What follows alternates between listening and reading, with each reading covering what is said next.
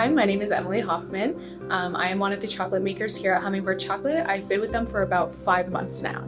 After the beans are roasted, we move on to the cracking and the winnowing. So first they go through the cracking process, and we have 2 machines for that called the crackers.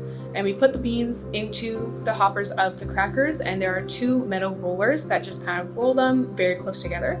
So the bean goes through and cracks it open, and you can very distinctly see the nib and the shell both together in a bucket. Then we take the bucket and we climb up, load it into the hopper of the winnower. And the winnower has 2 air ducts, one that comes mostly from the top and then the other one from the side. And since it pushes the air in that particular way, the nibs fall through because they're heavier, and then the shells get pushed up and then out through another spout. So then we have a separate bucket for the nibs and a separate bucket for the shells. So the winnower that we use, it was actually built by one of our co-founders, Drew. And the difference between ours and some other winnowers is that ours is, like I said, handmade and it uses air.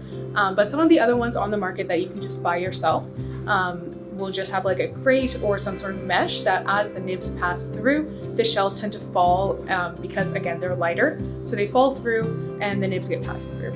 Those machines typically you might need to pass it through more than once, but sometimes one pass will be enough to do it. Uncracked beans will sometimes make it through the crackers since they're not perfect machines.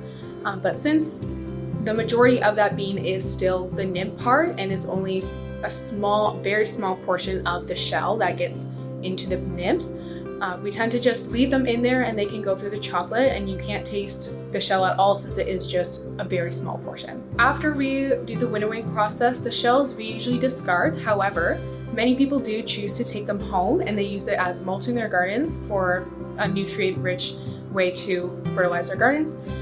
Some people also will choose to take them home and you can make baked goods or various teas out of the shells. But in our actual chocolate, we don't use them for anything, so we tend to discard them. So before the nibs are turned into chocolate, the nib has a very distinct taste based off of more where the nib is coming from. For example, our Ugandan beans have a lot more of an acidic taste and more floral taste to them than some of our other beans do. But once it's turned into chocolate, it's a little bit more of a muted flavor since we are adding a lot of sugar and a lot of cocoa butter. However, you can still definitely taste that distinction. Like once you have your Ugandan chocolate, you can taste this is from Uganda. It's got the acidity, it's got the floral tones. But again, it is not as strong as if you were to just eat a Ugandan bean as it is. So that was a little bit of insight into our cracking and winnowing process. And the next step in that is the beans will be sent off to be conched.